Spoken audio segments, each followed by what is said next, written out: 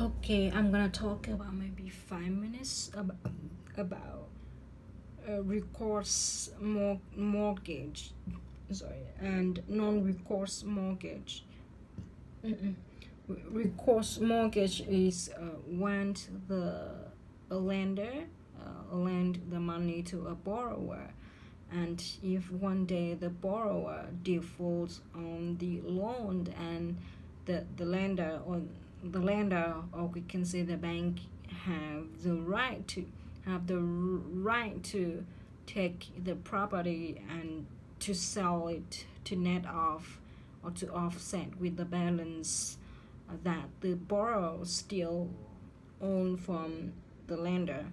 And if the money that they get from selling property is still not enough for net off their balance at the principal, they will they will chase the borrower to get the shortfall amount. But for non-recourse mortgage, it's mean like, if, for example, I will give you an example to understand about this one. For example, I borrowed $10 million from the bank, and for 5 years, and at year 2 I defaults on the loan for $5 million. Okay, and $5 million, and the bank takes my property and sell it for $3 million. So there's still $2 million shortfall amount on the loan.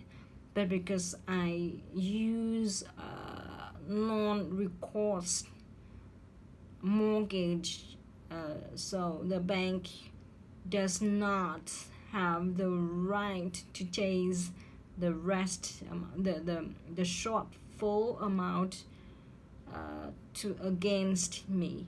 So this is the difference between non-recourse and recourse.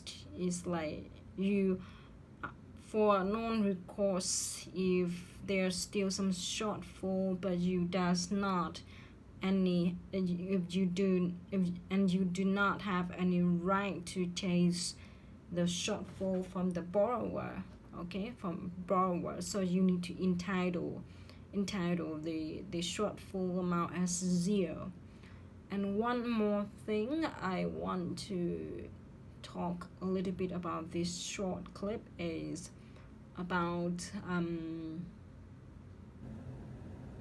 what I want to say about RMBS and CMBS. RMBS residential MBS, and CMBS is commercial MBS. So commercial MBS have one thing is different from residential MBS is CMBS have a call protection to protect the investors against the borrowers to